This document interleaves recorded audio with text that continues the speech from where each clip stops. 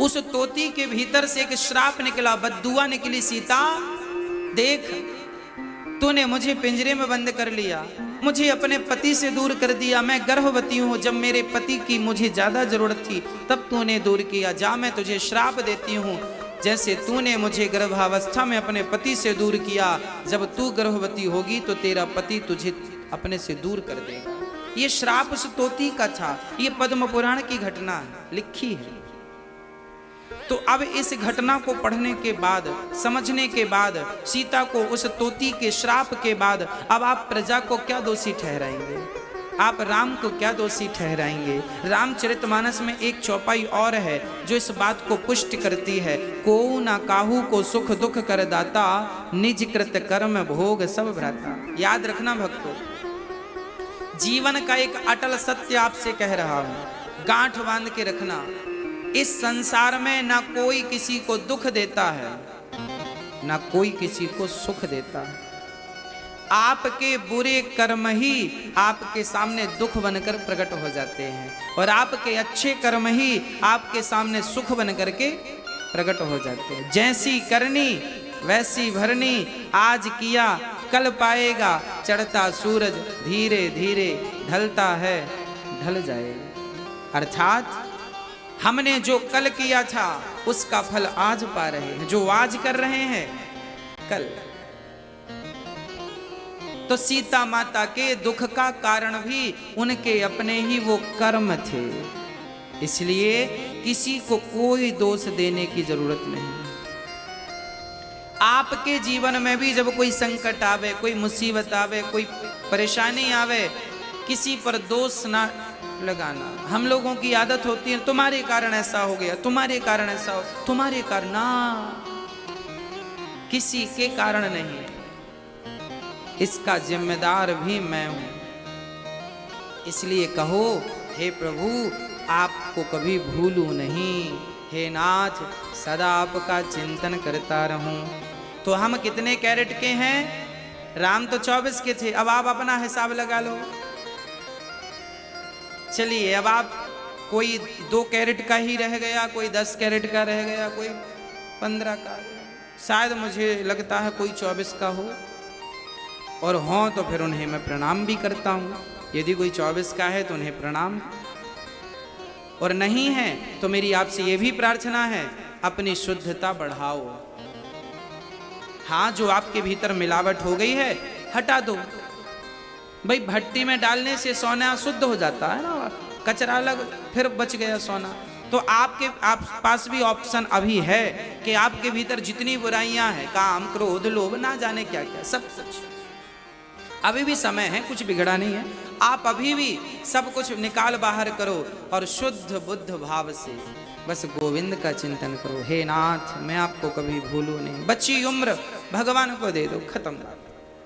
तो मनुष्य का धर्म, अब आप मनुष्य हो गए ना 2% ही सही। अब मैं बताऊं मनुष्य का धर्म क्या है। मनुष्य का धर्म है सत्य बोलना। राम ने कभी अपने जीवन में असत्य भाषण नहीं किया। पूरी जिंदगी में 11,000 वर्षों तक राज्य किया है राम ने, 11,500 वर्षों, कभी झूठ नहीं बोला राम जी। तो राम सत्यवादी हैं। हमें भी कोशिश करनी चाहिए जो भी शब्द निकले सत्य ही निकले, हम झूठ ना बोलें। झूठ बोलकर आप 10 करोड़ रुपए कमा लो, वो 10 करोड़ 10 जगह से चले जाएंगे, और सच बोल करके आपने 10 रुपए कमाया तो वो आपके पास रहेंगे, आपका काम करेंगे, आपकी समृद्धि बढ़ाएंगे, आपका यश बढ़ाएंगे, आपको निरोगी रखेंगे। पाप की खीर पूड़ी और मेहनत की नमक रोटी अच्छी है। पाप की खीर पूड़ी से अच्छी मेहनत की नमक रोटी अच्छी है। अब आप ही निर्णय करिए कि आपको किस प्रकार जीवन चुनना है। सत्य के मार्ग को चुनना है, असत्य के। देखिए आप स्वतंत्र हैं, दोनों मार्ग आपके लिए ईश्वर ने खोल रखे हैं, सत्य का भी असत्य का भी, अच्छा का भी बुरा का भी। शराब भी आपके पास है और दूध भी आपके पास है। निर्णय आपका कि आपको दूध पीना है कि शराब पीना है, निर्णय आपका है, विचारधाराएं आपकी हैं। मनुष्य का धर्म है सत्य, राजा हरिश्चंद्र बिक गए पर सत्य को नहीं छोड़ा। हाँ, भागवत जी का प्रश्न दूसरा ये है, ईश्वर सगुण है या निर्गुण है? भगवान को हम क्या कहकर पुकारें? सगुण कहें या निर्गुण कह दें?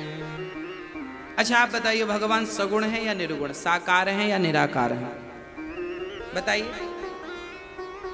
ईश्वर, कोई आपसे पूछे भगवान साकार हैं या निराकार है, तो आप उनसे ये कहिएगा ईश्वर दोनों हैं। ईश्वर साकार भी है, ईश्वर निराकार भी है। कैसे? बोले ऐसे, जैसे पानी निराकार है, पानी का कोई आकार तो नहीं है इसलिए निराकार। जिसका कोई आकार ना हो उसे निराकार कहते हैं, जिसका कोई आकार हो उसे साकार कहते हैं। तो पानी निराकार है, पर वही पानी जब कटोरी में भरकर फ्रिज में रखते हैं तो पानी बर्फ बन जाता है। पानी तो निराकार था पर बर्फ का एक आकार बन गया। तो जो पानी अभी निराकार था वही थोड़ी देर बाद आकार ले चुका है, साकार हो चुका है। तो पानी निराकार तो है पर जरूरत पड़ने पर वो साकार भी हो जाता है। उसी प्रकार भगवान निराकार तो है पर भक्तों के प्रेम की फ्रिज में जब भगवान प्रतिष्ठित होता है तो वही भगवान भक्तों के लिए साकार बन करके, राम और कृष्ण बन करके प्रकट हो जाते हैं। वही निराकार। निराकार कौन है? बोले आदि नारायण।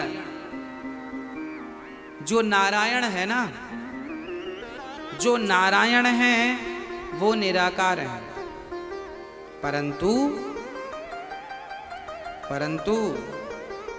वही निराकार राम बनकर प्रकट हो गए, वही निराकार कृष्ण बनकर प्रकट हो गए, हम सबके लिए साकार बन के आ गए। तो आप साकार में मन लगाएं या निराकार में मन लगाएं, कोई बात नहीं है। पर एक बात तो बिल्कुल कन्फर्म है कि आपको निराकार में मन लगाने के लिए साकार का सहारा लेना ही पड़ेगा। फॉर एग्जाम्पल, एक उदाहरण से समझ लेते हैं। मैया जी, ओ मेरी माँ, समझ में आ रही है बात? हाँ, जरा सुनिएगा। आपसे मैं अभी कहूं कि अपनी माँ का ध्यान करो। आपकी माँ की आंख कैसी थी, आपकी माँ के गाल कैसे थे, आपकी माँ की सूरत कैसी थी, जरा ध्यान लगाओ। आपकी माँ, जरा कोशिश प्रैक्टिकल करो, मैं आपको प्रैक्टिकली समझाऊंगा। जरा देखो आपकी माँ कैसी है, देख लिया ना? बस आपकी आंखों के सामने माँ की सूरत उतर आई, हाँ या ना? प्रत्यक्ष प्रैक्टिकली चीजें हैं। अच्छा, आपकी आंखों के सामने माँ की सूरत क्यों उतर के आई है? क्योंकि आपने अपनी माँ को देखा है। अब आप जरा दूसरी बात सुनिए कि जिस बच्चे की माँ बचपन में ही मर गई थी, बच्चे को जन्म दिया और बेचारी चल बसी, उस बच्चे से कहा जाए कि तुम अपनी माँ का ध्यान करो, कैसी थी माँ, कैसी थी, उसके गाल कैसे थे, उसका मुंह कैसी थी, सूरत, क्या वो ध्यान कर पाएगा? बोलो, क्यों नहीं करेगा? क्योंकि उसने कभी माँ को देखा ही नहीं। अरे भाई, माँ को जब आप सामने देखोगे तभी तो माँ के ना रहने पर भी उसका ध्यान कर पाओगे। माँ को देखोगे ही नहीं तो उसका ध्यान कैसे कर पाओगे? उसी प्रकार मंदिर में जब भगवान को देखोगे ही नहीं तो भगवान का ध्यान कैसे करोगे? इसलिए तो सगुण की जरूरत पड़ती है कि सगुण से ही आप निर्गुण तक पहुंच सकते हैं। पहले माँ को देखा मतलब वो सगुण थी, अभी माँ को आपने नहीं देखा फिर भी उसका ध्यान कर लिया, ये निर्गुण है। सगुण को देखा तो निर्गुण तक पहुंचे, सगुण को देखा ही नहीं तो निर्गुण तक पहुंचने का सवाल ही खड़ा नहीं होता। हाँ या ना? बात समझ में आई आपको? माँ को देखा ही नहीं तो ध्यान किसका करेगा? सगुण को, माँ एक सगुण है ना, माँ का एक आकार मतलब सगुण है, पर वो सगुण जब चली गई, समाप्त हो गई तो सगुण निर्गुण हो गई। पहले माँ सगुण थी, मेरे सामने थी, अब माँ नहीं है मतलब माँ निर्गुण हो गई। तो सगुण को देखा तब तो निर्गुण में ध्यान लगा, सगुण को देखा ही नहीं होता तो निर्गुण में ध्यान कैसे? कुछ लोग हमारे भारत में ऐसे ही हैं, हम तो निर्गुण वाले हैं, निर्गुण वाले। अरे पागल, निर्गुण वाले हो तो सगुण से ही तो निर्गुण में जाओगे। पहली सीढ़ी पे पांव रखोगे तब तो दूसरी पे चढ़ोगे, दूसरी पे रखोगे तब तो तीसरी पे चढ़ोगे, और सीढ़ियों से ही तो छत पे जाओगे, कोई छलांग लगा के थोड़ी चले जाओगे। ईश्वर तक पहुंचाने के लिए सगुण तो सीढ़ियां हैं। सगुण की सीढ़ी, सगुण सीढ़ी है और निर्गुण छत है, समझिएगा।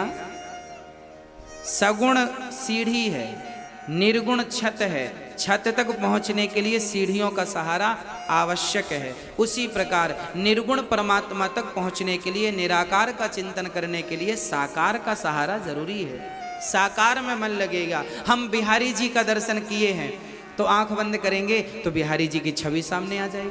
अब देखा ही नहीं तुमने बिहारी जी को तो आंख बंद करके बैठे रहो, किसका ध्यान आएगा?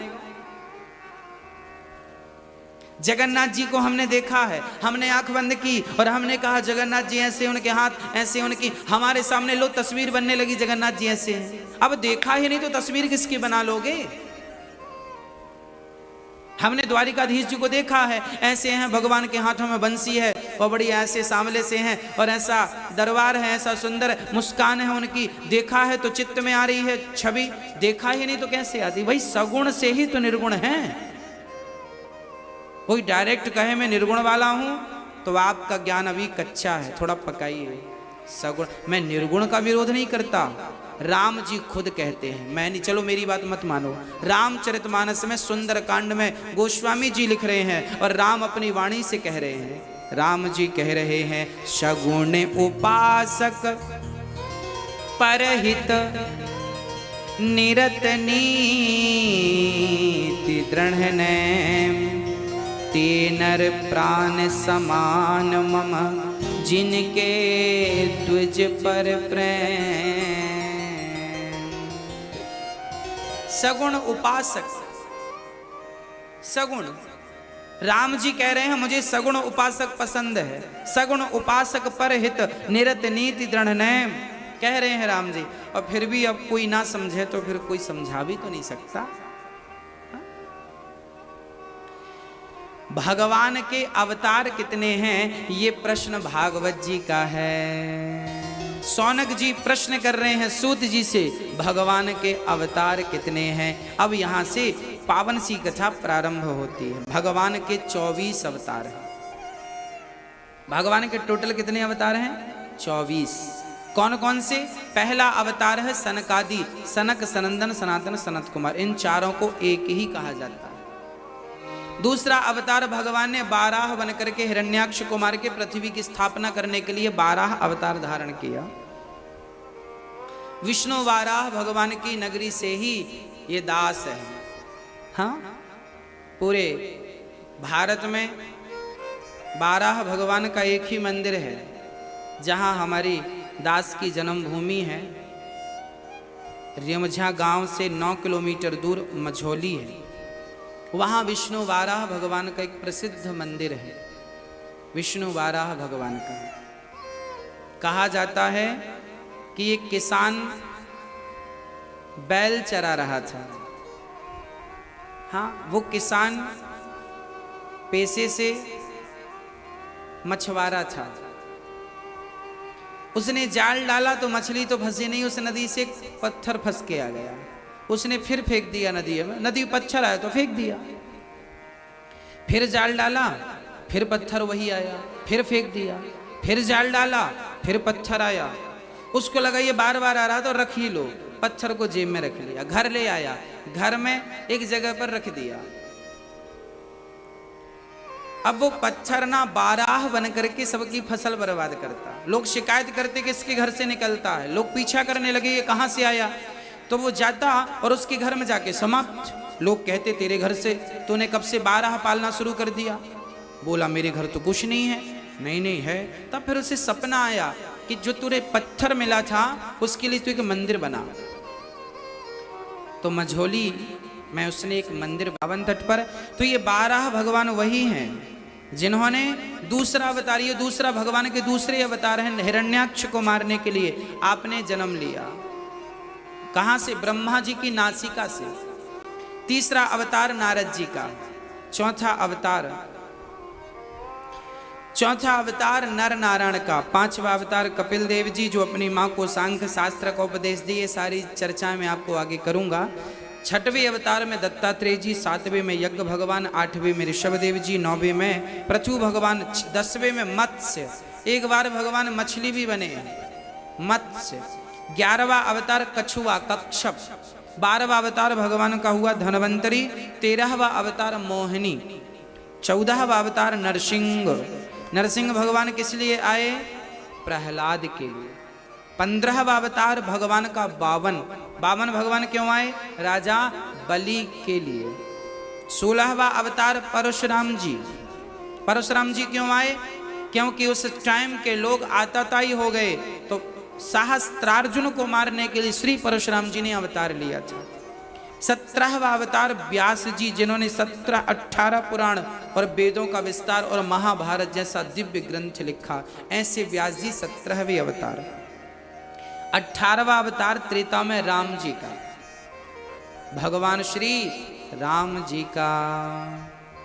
19वें अवतार में बलराम जी भी भगवान के ही अवतार हैं। 20वां अवतार हुआ है श्री कृष्ण भगवान 20वें अवतार हैं। 21वें अवतार हैं बुद्धावतार, जो कलयुग में हुए हैं। बुद्धावतार, बुद्ध भगवान। 22वें अवतार में भगवान हरि अवतार, जिन्होंने हाथी को बचाने के लिए हरि अवतार धारण किया। हाथी का पांव मगर ने पकड़ा था एक बार, आगे मैं कथा सुनाऊंगा। हाँ, उनके लिए भगवान ने अवतार। 23वां अवतार भगवान का हंस अवतार, ब्रह्मा जी को उपदेश करने के लिए ये हुआ था। और कलयुग के आखिरी में 24वां अवतार हुआ नहीं है, होगा। कल की अवतार संबल ग्राम में विष्णु यश नाम के पंडित जी के घर में कल की अवतार होगा। हुआ नहीं, होगा। भागवत जी में जो लिखा है वो पिछला भी लिखा है और आगे जो होना है वो भी लिखा है। बुद्धा अवतार होगा, भागवत जी में ये लिखा है। अर्थात भागवत जी तब लिख गई थी जब बुद्ध भगवान का अवतार नहीं हुआ था। भागवत जी के इस प्रसंग में ये बात लिखी है कि बुद्ध अवतार कलयुग में होगा, भविष्य। मतलब भागवत तब लिख गई है जब अवतार नहीं हो। और उसके बाद जो टाइमिंग इसमें लिखी थी कि इस टाइम पे होगा, इस समय पे होगा, वही समय पे बुद्ध भगवान का अवतार होगा। और कल के अवतार के बारे में भी अपडेट है, वो भी होगा। मतलब हमारे शास्त्र जो है ना, ये भविष्य को भी पुष्ट करते हैं। अर्थात भविष्य की बात इन्हें पता है, कल क्या होना। रामचरितमानस में सारी बातें लिखी हैं, कल क्या जो आज हो रहा सब तो लिखा है। कैसे लोग होंगे, आज की कैसी विस्तार धाराएं होंगी, सब तो लिखा। एक बार व्यास जी ने 17 पुराण लिखने के बावजूद भी बड़े परेशान थे, बड़े उदास। तब नारद जी आए कीर्तन करते हुए। क्या हुआ, आप परेशान क्यों हैं, उदास क्यों हैं? तब कहा मैं इसलिए परेशान हूं। व्यास जी ने कहा मैंने 17 पुराण लिख दिए पर मन को शांति नहीं मिली। तब नारद जी ने कहा आपने भागवत नहीं लिखी, जब तक भागवत की रचना नहीं करेंगे शांति नहीं मिलेगी। नारद जी ने अपनी पूरी आप बीती सुना दी। मैं पिछले जन्म दासी पुत्र था, परंतु मैं ब्रह्मा पुत्र बना तपस्या के प्रभाव से। एक बार मेरे गांव में कुछ संत आए, मैंने उनकी खूब सेवा की। संतों ने मुझे नारायण का मंत्र दिया, मैंने खूब जाप किया। मेरी माँ ने संतों के संग जाने से रोक दिया, पर मेरी माँ को एक दिन सांप ने डस लिया तो मेरी माँ मर गई। और मैं सीधा माँ का संस्कार करके जंगल गया और वहाँ केवल नारायण नारायण श्रीमन नारायण का जाप किया। जाप करते करते करते करते मेरी जवानी बीत गई, बुढ़ापा बीत गया। जब मृत्यु हुई तो आकाशवाणी हुई, पुत्र इस जन्म में तुझे मेरा दर्शन नहीं, अगले जन्म में होगा। तब नारद जी कहते हैं मैं तब इंसान था, दासी का बेटा, इस जन्म में ब्रह्मा का बेटा बन के हूँ, केवल भजन के प्रभाव से। याद रखना, भजन का प्रभाव कभी नष्ट नहीं होता। आज ना सही उसका फल मिलेगा जरूर। एक बार तपना होता है, तपाना होता है, उसके बाद जो सुख मिलता है ना, अपार होता है। सुदामा गरीब थे, पर जब भगवान की शरण में गए तो जीवन भर दुख उठाया। अंत में भगवान ने 2 लोकों का मालिक बनाया। केवल मालिक नहीं, सुदामा को जवान भी किया भगवान ने। सुदामा बुढ़े गए थे, और पता है आपको, सुशीला और सुदामा दोनों जवान हो गए थे, और जवानी में फिर उन्होंने अपना राज्य भोगा और सारा सुख भोग कर फिर भगवान के धाम को गए। अर्थात भगवान की भक्ति कोई करेगा तो संसार के सुख से भी वो वंचित नहीं रहेगा। कोई भी सुख हो, अर्थ धर्म काम मोक्ष, कोई भी सुख, यदि संसार के भोगों की किसी को कामना है तो भगवान वो भी उसे देते हैं, जा भोग ले। धन की कामना है, ले धन ले ले, सब कुछ देते हैं भगवान। भाई बेटा पिता की सेवा तो करे, पिता तो सब देंगे उसे, जितनी प्रॉपर्टी सब ले ले, और सेवा नहीं करे और धन मांगे तो पिता भी सोचता है कि इसे देने से कोई फायदा नहीं, बर्बाद कर देगा, इसका दूसरा उपयोग करने का सोचने लगता।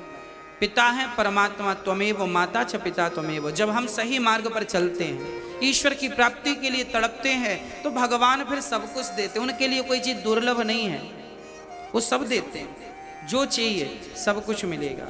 नारद जी कहते हैं, मैं उसका साक्ष्य हूं, मैं उसका गवाह हूं। इसलिए सदा भगवान से धन दौलत की चाहत ना रख करके केवल भगवान के चरणों की और भगवान की भक्ति की चाहत रखना चाहिए। भगवान को जीवन दे दो और कह दो कि हे प्रभु, ये जीवन तेरे हवाले है। हाँ, ये जीवन है तेरे हवाले, मुरलिया वाले। जीवन है तेरे हवाले, मुरलिया वाले। हमारा जीवन नहीं है, हे प्रभु, हमने तो अपना जीवन आपके हवाले कर दिया। अब आप समझो, आप जानो। दोनों हाथ उठा के भाव से जरा गोविंद की शरणागति ग्रहण करें और कहें, प्रभु ये जिंदगी आपकी है।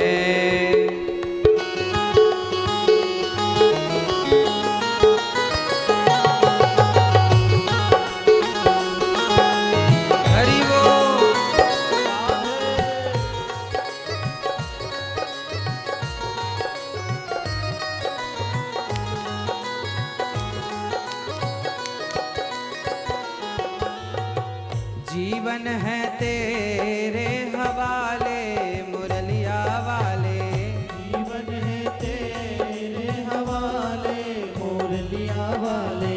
जीवन है तेरे हवाले, मुरलिया वाले। जीवन है तेरे हवाले, मुरलिया वाले। बाके मुरलिया वाले मेरे सवरिया प्यारे। बाके मुरलिया वाले मेरे सवरिया प्यारे। मेरे मुरलिया वाले मेरे सवरिया प्यारे। मेरे मुरलिया वाले मेरे सवरिया प्यारे। जीवन है, जीवन है, जीवन है तेरे हवाले, मुरलिया वाले। जीवन है तेरे हवाले, मुरलिया वाले। हरि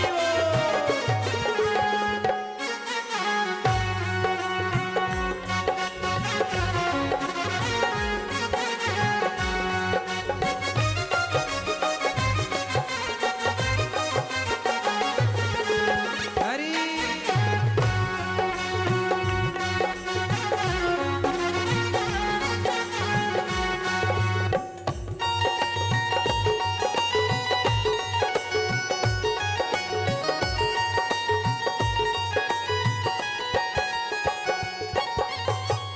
हम कठपुतली तेरे हाथ की। हम कठपुतली तेरे हाथ की। हम कठपुतली तेरे हाथ हाथ की, हम कठपुतली तेरे हाथ की, हम कठपुतली तेरे हाथ की, हम कठपुतली तेरे हाथ की, हम कठपुतली तेरे हाथ की, हम कठपुतली तेरे हाथ की। चाहे तू जैसे नचा ले मुरलिया वाले, चाहे तू जैसे नचा ले मुरलिया वाले, चाहे तू जैसे नचा ले मुरलिया वाले, जीवन है तेरे हवाले मुरलिया वाले, जीवन है तेरे हवाले हरि बोल। वाले।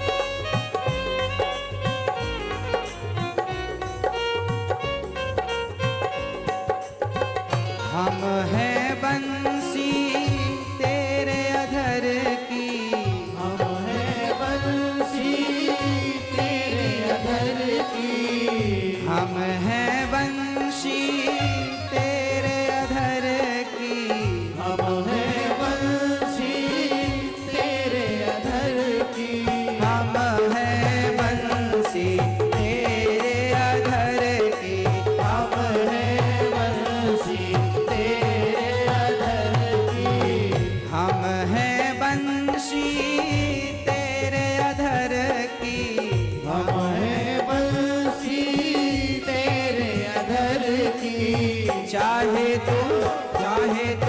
चाहे तू जैसे बजा ले मुरलिया वाले, चाहे तू जैसे बजा ले मुरलिया वाले, जीवन है तेरे हवाले मुरलिया वाले, जीवन है तेरे हवाले मुरलिया वाले।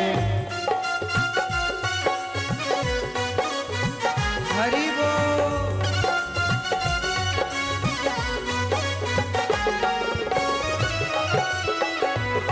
जय हो।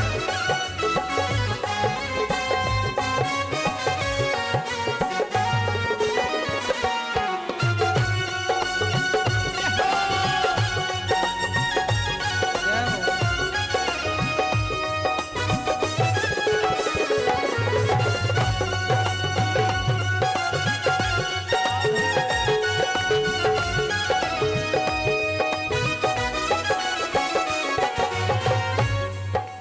तुम हो स्वामी हम हैं सेवक, हो स्वामी हम हैं सेवक, कौन कौन सेवक है?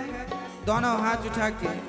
हाँ, तुम हो स्वामी हम हैं सेवक, तुम हो स्वामी हम हैं सेवक, तुम हो स्वामी हम हैं सेवक, तुम हो स्वामी हम हैं सेवक, तुम हो स्वामी हम हैं सेवक, तुम हो स्वामी हम हैं सेवक।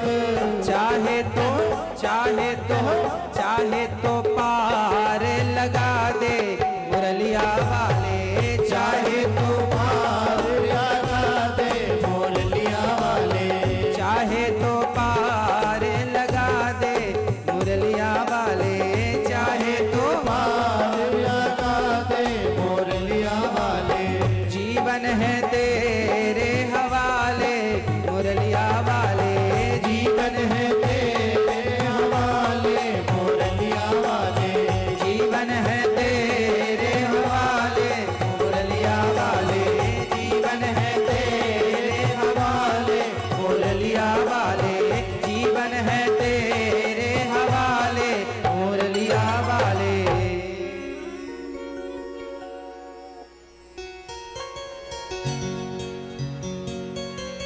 मैं कठपुतली तेरे हाथ की। हे गोविंद, हम तो तेरे हाथ की कठपुतली हैं, चाहे तू जैसे नचा ले मुरलिया वाले। हे गोविंद, हम तो आपके हैं, अब जैसे आप नचाना चाहे नचाए, बस आपके बनना है। हम ना आपसे, आप सभी से ये छोटी सी प्रार्थना मैं बार बार करता हूं कि हमने सबके तो सबका बनकर तो हमने देख ही लिया। हाँ, हम एक बार भगवान के बनकर देख ले।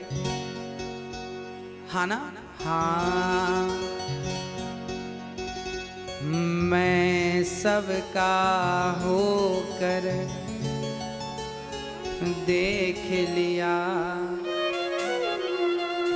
एक तेरा होना बाकी है।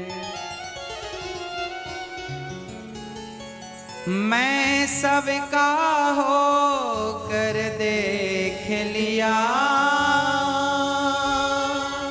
एक तेरा होना बाकी है। हे गोविंद, सबका होकर देख लिया, सबका बनकर देख लिया, सबके लिए करके देख लिया। अब एक बार भगवान का होकर देख लो और अपने लिए कुछ पुण्य करके देख लो, बस सब तो हो गया।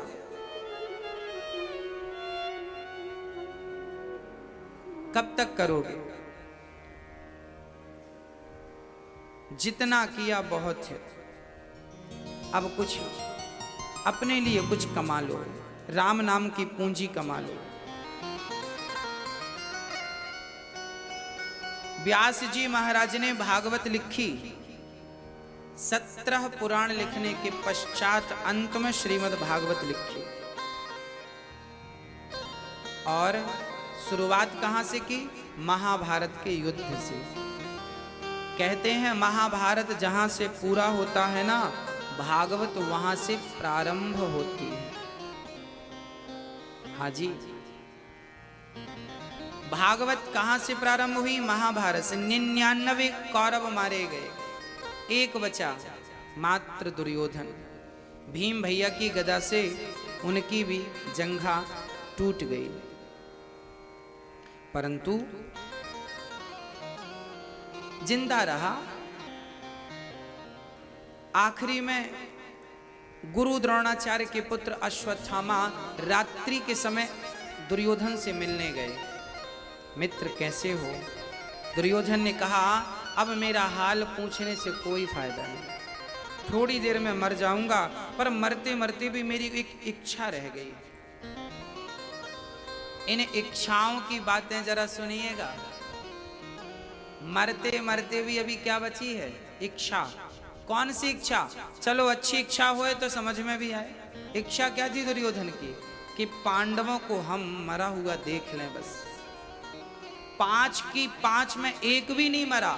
दुख इस बात का है कि हम 100 में एक भी नहीं बचे और वो 5 में एक भी नहीं मरा। अच्छा, ऐसा क्यों था? हम 100 में से तो एक भी नहीं बच रहे हैं और वो 5 में एक भी नहीं मरे। क्यों ऐसा था? ऐसा इसलिए था कि जिनके सिर पर भगवान का हाथ हो उन्हें कौन क्या मारेगा।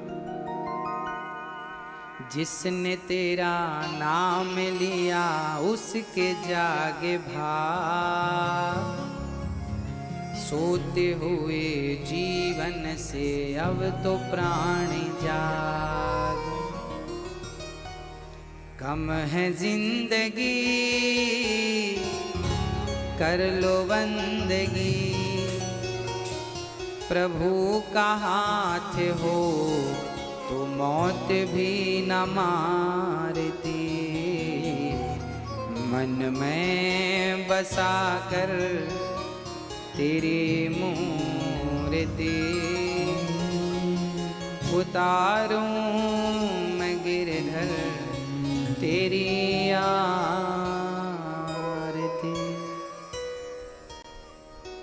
हाँ प्रिय भक्तों, भगवान पांडवों को मरने नहीं देते। भगवान जिनके रक्षक हैं उन्हें कौन मारेगा? दुर्योधन की बात मानकर अश्वत्थामा चला कि चलो एक प्रयास और कर लूं पांडवों को मारने का। अभी युद्ध में धर्म के साथ तो लड़ नहीं पाए, अब अधर्म से चलते हैं। कई बार इंसान अपनी जीत के लिए अधर्म का भी सहारा लेता है, अपने यश के लिए, अपने काम को बनाने के लिए अधर्म का आश्रय लेता है। आप याद रखिएगा, अधर्म का सहारा मत लीजिएगा। पांडवों ने कभी भी अधर्म का साथ नहीं लिया, जबकि कौरवों ने अधर्म चालू किया। अच्छा, महाभारत में भी एक नियम बनाया गया था, एक योद्धा से एक ही योद्धा लड़ेगा, दो नहीं लड़े। एक महारथी से एक महारथी लड़ेगा, एक घुड़सवार से एक घुड़सवार ही लड़ेगा, एक पैदल से एक ही पैदल लड़ेगा, एक हाथी वाले के ऊपर वाले से एक हाथी वाला लड़ेगा। सबसे पहले ये मर्यादाएं किसने बनाई थी? पितामह भीष्म ने। पितामह भीष्म की ये मर्यादाएं थी, ऐसा युद्ध होगा क्योंकि ये धर्म युद्ध है। धर्म क्षेत्र कुरुक्षेत्र समवेता युद्धोत्सव, धर्म युद्ध है। इस धर्म को तोड़ा किसने था? ये धर्म एक से एक ही युद्ध करेगा। ये मर्यादा महाभारत में कहां टूटी? अभिमन्यु के वक्त टूट गई। अभिमन्यु के समय एक अभिमन्यु से 8 महारथियों ने युद्ध किया था। उसमें गुरु द्रोणाचार्य भी थे, शकुनी भी थे, कर्ण भी थे, दुशासन भी थे, दुर्योधन भी थे, जयद्रथ भी थे। हाँ, ऐसे और थे दिग्गज महारथी। एक से एक ही लड़ने की मर्यादा बनाई गई थी। दोनों पक्षों ने इसे स्वीकार भी किया था, पर यह मर्यादा टूट गई। टूट गई। कब टूटी? पितामह भीष्म की बाणों की सैया के बाद टूटी। पितामह भीष्म ही जब टूट गए तो उनकी बनाई मर्यादा भी टूट गई। उस समय सेनापति पितामह नहीं थे, उस समय गुरु द्रोणाचार्य सेना पद पर अभिषिक्त थे। टूट गई मर्यादा। अब भगवान ने कहा, अच्छा तुमने तोड़ दी मर्यादा, तब फिर आओ मैदान में। तब फिर अर्जुन ने भी क्या किया? दानवीर कर्ण का रथ जब जमीन पर धंस गया तो उसमें यह भी नियम था कि जब किसी का रथ काम ना कर रहा हो और योद्धा रथ पर ना हो तो उस पर बाण ना चलाया जाए। अर्जुन ने नहीं चलाया। भगवान ने कहा, अर्जुन पागल मत बन, निहत्थी अभिमन्यु पर इन्हीं ने बाण चलाया था।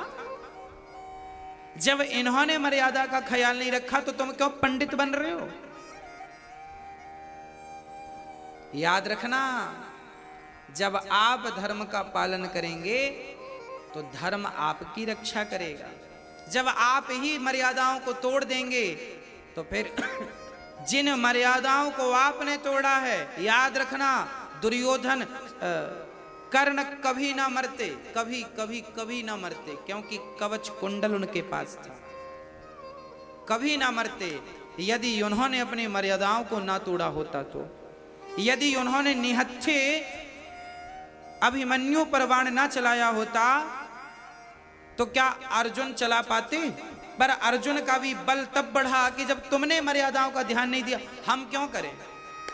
रथ पर नीचे थे, रथ से उतरे थे, पर धनुष बाण उनके पास था, छोड़ा नहीं था, निहत्थे नहीं थे, बाण चला दिया, मारे गए।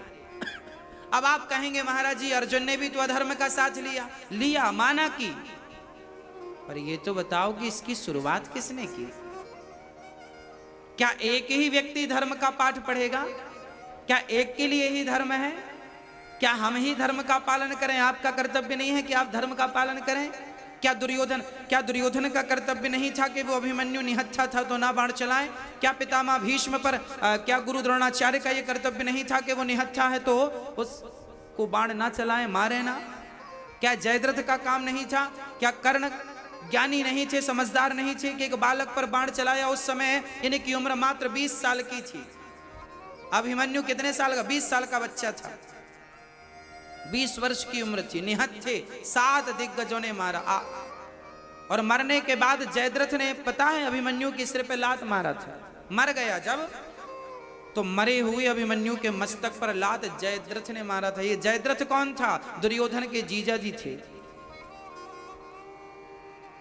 तो क्या तुम्हारी गुनाहों का कोई हिसाब नहीं होगा? कर लो गुनाह, कर लो, हिसाब जब होगा तब होगा। शुरुआत तुमने की है, अब भोगने के लिए तैयार हो जाओ। दूसरे दिन अर्जुन ने प्रतिज्ञा कर ली, कल के युद्ध में मैं जयद्रथ को मार डालूंगा, नहीं तो मैं अग्नि स्नान कर लूंगा, आग में कूद जाऊंगा। दूसरे दिन के युद्ध में तो जयद्रथ भागने लगा कि मैं भाग जाऊं, नहीं तो अर्जुन मार डालेगा। समझाया सबने, ना हम तो हैं, हम तो हैं। तुम कितने भी बड़े बने रहो, जब तुमने अधर्म किया है तो वही अधर्म तुम्हारे प्राण लेगा। रावण को किसने मारा? राम ने? ना, रावण को राम ने नहीं, रावण के पापों ने रावण को मार डाला। कौरवों को पांडवों ने नहीं, कौरवों के पापों ने मार डाला। आज का इंसान जब मरता है ना, वो आरोप लगाता है तुम्हारे कारण हुआ। ना, तुम्हारे अपने पापों के कारण तुम परेशान हो, तुम्हारे पापों ने तुम्हें मारा है। भर गया है पाप घट पापी के अत्याचार से। कृष्ण कहते हैं, पापियों का विनाश होगा मेरे कृष्ण अवतार से। चल पड़े भगवान। दूसरे दिन का युद्ध प्रारंभ हुआ, शंखनाद हुआ, सारे अपनी अपनी जगह पर स्थित हो गए। चालू हुआ महाभारत। आज लंबी सेना के बीच में जयद्रथ को नियुक्त किया गया। बड़ी सिक्योरिटी थी, कोई पक्षी भी पर नहीं मार सकता, इतनी सिक्योरिटी टाइट। अर्जुन बहुत दूर थे, परंतु जब शाम होने को आई, सूर्य अस्त में मात्र 1 घंटा शेष रह गया, तब भगवान समझ गए कि अर्जुन तो जयद्रथ तक पहुंच नहीं सकता। देखिए, जब आप भगवान के चरणों में समर्पण कर देते हैं तो फिर भगवान ही आपके लिए मार्ग प्रशस्त करता है। भगवान समझ गए कि ये तो नहीं पहुंच सकता, तो भगवान ने युक्ति निकाली। भगवान ने दिन को ही रात कर दिया, संध्या हो गई, सूर्य को ढक लिया बादलों ने, सबको लगा शाम हो गई। अच्छा, यहां मैं एक प्रश्न भी आपसे करना चाहूंगा। मुझे ये बताइए आप लोग कि भगवान पक्षपाती हैं या नहीं? मैया जी, राधे राधे, बताइए भगवान पक्षपाती हैं या नहीं? हाँ या ना? भगवान इतने बड़े पक्षपाती हैं, इनके जैसा कोई नहीं। कहां पक्ष लिया? वही कथा है। सूर्य अस्त होने में मात्र 1 घंटा शेष रह गया। भगवान ने माया को बुलाया, बादलों ने सूर्य को ढका। जब बादलों ने ढका, दुर्योधन ने कहा, चल अब तूने प्रतिज्ञा ली थी अब मर। अब दुर्योधन के कहने से अर्जुन ने संकल्प लिया था मर जाऊंगा, चिता बनाई, जलने के लिए जाने लगे। तभी जयद्रथ का मन हुआ कि मैं अपने दुश्मन को मरता हुआ तो देखूं, भाग के सारी सिक्योरिटी तोड़ कर आ गया, मैं भी देखूं। हा हा हा हंसने लगा। अब भगवान समझ गए मैं भी तो यही चाहता था, तू आ जा। आया, खड़ा हुआ, तब भगवान ने कहा, माया तुम्हारा काम हो गया, जाओ। जैसी गई बादल हटे, सूर्य की किरणें। भगवान ने कहा, अर्जुन अभी सूर्य अस्त नहीं हुआ, सूर्य अस्त होने में अभी भी 10 मिनट शेष रह गए। उठाओ अपना गांडीव, ये रहा तुम्हारा दुर्योधन, अपना तुम्हारा दुश्मन, और बाण चलाओ। पर याद रखना, इसका सर जमीन पर गिरेगा तो तुम्हारे सिर के 100 टुकड़े हो जाएंगे। इसलिए ऐसा ऐसा बाण चलाना कि इसका सिर जाकर इसके पिता की गोद में जाकर गिरे। और जो बाण चलाया, अब मुझे आप ये बताओ कि क्या अर्जुन के बाण में इतनी ताकत थी कि उसका सिर काट के उसके पिता की गोद में गिराए? इस बात का खुलासा किसने किया था जानते हैं? जब पूरा महाभारत हुआ, बर्बरीक ने इसका खुलासा किया। बर्बरीक सारे महाभारत का दृष्टा था, देखने वाला। बर्बरीक ने कहा था, अर्जुन जब तुमने जयद्रथ के लिए बाण चलाया था तो तुम्हारा बाण तो जयद्रथ का सिर काट के गिर ही गया था, पर उसे कृष्ण के सुदर्शन ने अपने ऊपर बिठाया और ले जा करके और उसके पिता की गोद में गिराया। दोनों बाप बेटे मर गए और भगवान ने भक्त की रक्षा कर ली। भगवान अपने भक्त के लिए कुछ भी कर सकते हैं। पक्षपाती बन गए, देखो ना, दिन को रात कर दिया। जैसे माँ अपने बच्चे का सदा पक्ष लेती है, ऐसे भगवान अपने भक्त का सदा पक्ष लेते हैं। हाँ, पूरा महाभारत हुआ, पांडवों को एक इतना सा दर्द नहीं होने दिया भगवान ने। क्यों? क्योंकि भगवान भक्तों का पक्ष लेते हैं। क्योंकि भगवान कृष्ण के सामने भगवान को मांगने दुर्योधन भी गया था और अर्जुन भी गया था। फर्क इतना है कि दुर्योधन ने भगवान से सेना मांगी और दुर्योधन ने सेना मांगी, और भगवान से अर्जुन ने सेना नहीं, भगवान से भगवान को मांगा। भगवान से मांगा दुर्योधन ने और भगवान को मांगा अर्जुन ने। तो जिसने भगवान से मांगा वो तो एक भी नहीं बचे, और जिसने भगवान को मांगा उसका बाल भी बांका नहीं होने दिया। बस आप समझ लो कि आपको भगवान से मांगना है या भगवान को मांगना है। भगवान से मत मांगिए, भगवान को मांगिए। पिता से मत मांगिए, पिता को मांगिए। आप मेरे पास आइए, मैं आपकी सेवा करूंगा। पिता से, पिता को नहीं। श्री भगवान बड़े प्रेम से अब महाभारत का युद्ध हुआ। अश्वत्थामा आया, द्रौपदी के 5 बच्चे सो रहे थे। उन 5 बच्चों को पांडव समझकर, क्योंकि 5 के एक बेटा था द्रौपदी के द्वारा, उनकी शकल बिल्कुल पिता जैसी थी। रात्रि के 12 बजे और अश्वत्थामा डरे भी थे, कोई देख ना ले, चोर तो डरा ही होता।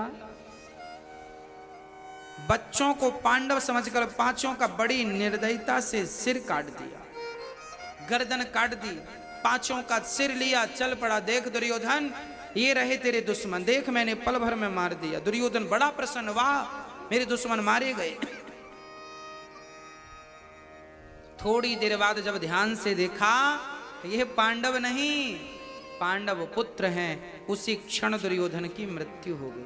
पहले प्रसन्नता हुई कि पांडव मारे गए, फिर दुख हुआ कि पांडव नहीं, पांडव पुत्र हैं। सुख और दुख की संधि में दुर्योधन की मृत्यु हो गई, प्राण निकल गए। और जब प्राण निकले, वाह, इसे वरदान था, श्राप था। ये छोटा था ना दुर्योधन, तो संतों के पूजा पाठ के बर्तन फेंक देता था, चुरा लेता था, बड़ा परेशान बच्चा था तो भी परेशान संतों को करता। और जब संत पूछते क्यों रे तूने हमारे बर्तन चुराए, भगवान जी चुराए, भगवान को चुरा लेता, फेंक देता यमुना जी में। संतों को गुस्सा आई, संतों ने कहा क्यों रे, और जब संत पूछते ना तो रोने लगता, बीच में पितामा जी के पास चला जाता, देखो देखो बाबा जी हमें डांट रहे हैं। संतों ने श्राप दे दिया, नौटंकीबाज, पहले हंसता है अकेले में और सबके सामने रोने लगता है, जा तुझे श्राप देता हूं, आज के बाद तू हंसा और तुरंत रोया तो तेरी मृत्यु हो जाएगी। तब से ये साथ में हंस नहीं सकता था, हंसता तो हंसता ही और रोता तो रोता ही, एक साथ दोनों नहीं कर सकता था। पर आज इसके संग वैसे ही हुआ। पहले तो पांडव मर गए, ये सुनकर प्रसन्नता हुई, और फिर ये पांडव नहीं पांडव पुत्र हैं, ये सुनकर बड़ा दुख हुआ कि ये तो गलत हो गया। उसी समय इसके प्राण निकल गए। प्रिय भक्तों,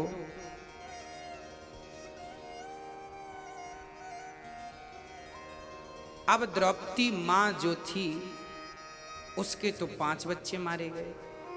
अब यहां एक प्रश्न खड़ा होता है भगवान के ऊपर एक उंगली उठ रही है कि हे प्रभु, आपने पांडवों को तो बचा लिया, आप चाहते तो पांडव पुत्रों को भी तो बचा लेते, इनको भी तो मरने से आप बचा सकते थे। द्रौपदी ने यह प्रश्न किया है कि प्रभु आप तो सर्वांतर्यामी हैं, सब जानते हैं, तो आपने उनकी रक्षा क्यों नहीं की? तब भगवान ने कहा, द्रौपदी इन बच्चों की उम्र इतनी ही थी, और सच्ची बात ये थी कि इन बच्चों ने जन्म ही इसलिए लिया था दुर्योधन की मृत्यु के कारण बनने के लिए। ये ना मरते तो दुर्योधन की मृत्यु ना होती, उनके लिए इनका मरना जरूरी था। मतलब ईश्वर जो करते हैं उसके पीछे प्लानिंग होती है। इस कारण से ये कारण समाप्त होगा और इस कारण से ये कारण बनेगा।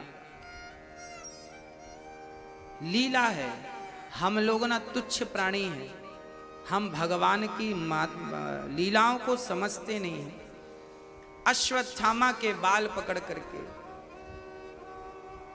घसीट करके द्रौपदी के सामने खड़ा कर दिया अर्जुन ने। देखो द्रौपदी, आपके पुत्र का हत्यारा आपके सामने खड़ा है, जो सजा देना चाहो इस हत्यारे को दे दो।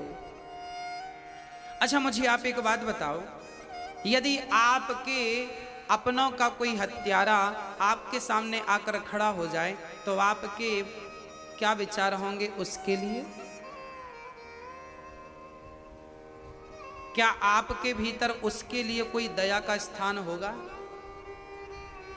मैया जी, क्या आपके भीतर उस हत्यारे के लिए कोई दया का स्थान होगा? हाँ या ना? नहीं ना?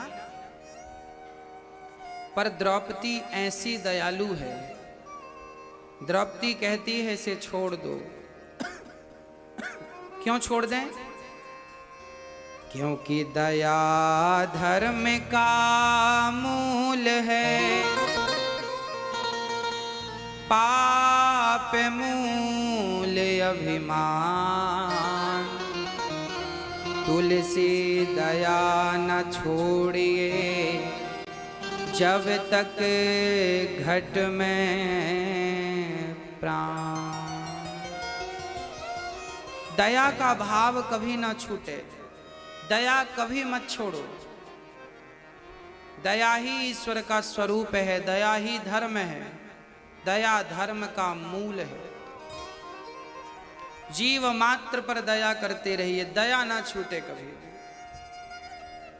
हाँ, दया ही ईश्वर तक पहुंचाएगी, इसलिए दया जरूरी है। हम लोगों के भीतर ना करुणा नहीं है, हमारे भीतर दया नहीं है। अच्छा दया होती तो आजकल के बच्चे अपने माँ पर ही दया कर लेते, पर आजकल के तो बच्चे अपने माँ का भी दर्द नहीं समझते। दर्द इसलिए तो नहीं समझते क्योंकि भीतर दया है ही नहीं। भाई जिसके भीतर दया है वो तो दर्द समझेगा, दया ही नहीं है तो दर्द क्या समझेगा? दया रहित हो गया है प्राणी। भगवान भी कहते हैं कि जब तुम्हें लोगों पर दया नहीं है तो हम तुम पर दया क्यों करें? अच्छा दया का उल्टा करिए, क्या है? दया, दया का उल्टा है याद। जब आप जीव मात्र पर दया करेंगे तो ईश्वर आपको याद जरूर करेंगे। हाँ, अच्छा दया मां दया की प्रतिमूर्ति होती है, इसलिए मां को ममता मई कहते हैं, करुणा मई कहते हैं। हाँ, इसलिए द्रौपदी एक मां है, भले उसके 5 बच्चे मर गए हैं, पर वो ये सोचती हैं कि यदि मेरे बच्चे मर गए और मैंने इसे मार दिया तो कल इसकी माँ भी तो रोएगी अपने बच्चे के लिए। ये भी तो किसी माँ का बेटा है। द्रोणाचार्य की पत्नी का तो अब यही सहारा है। द्रोणाचार्य तो चले गए महाभारत में, इसको मार देंगे तो इसकी माँ अनाथ सी हो जाएगी, इसलिए मारना ठीक नहीं। माँ द्रौपदी है और हमारी माँ द्रौपदी माँ और सबकी माँ हमें यही समझाती है करुणा करो, दया करो, माँ की दयालुता तो देखो। अच्छा एक बात बताओ, कभी भी माँ सपने में भी क्या अपने बच्चे का बुरा सोच सकती है? नहीं। माँ कभी भी, पूरी दुनिया में एक माँ ऐसी है जो बच्चा गाली भी दे माँ को, माँ के साथ बुरा व्यवहार भी करे, तो भी माँ उस बच्चे के लिए गलत नहीं सोच सकती, ना सुन सकती। ऐसी माँ होती, ऐसी तो सिर्फ माँ होती है। याद रखना, पिता भी ऐसा नहीं होता। पिता का स्थान भी माँ से बहुत नीचा है, माँ का स्थान तो सबसे ऊंचा है। माँ सिर्फ माँ होती है, माँ जैसा कोई नहीं। इसलिए अपनी माँ और अपने माँ की पूजा, माँ का सम्मान, माँ का आदर करना जरूरी है। जो बच्चे अपने माँ की सेवा करते हैं उन्हें मंदिर जाने की भी जरूरत नहीं है। माँ की सेवा ही भगवान की भक्ति है, भगवान की पूजा है। जब माँ के चरणों को धोते हो तो भगवान स्नान कर लेते हैं, क्योंकि भगवान माँ के ही चरणों में रहते हैं, चरण में ही भगवान का वास है। तो माँ के चरणों में जल डालो, भगवान का स्नान। माँ के चरणों में फूल चढ़ाओ, भगवान को फूल चढ़ गया।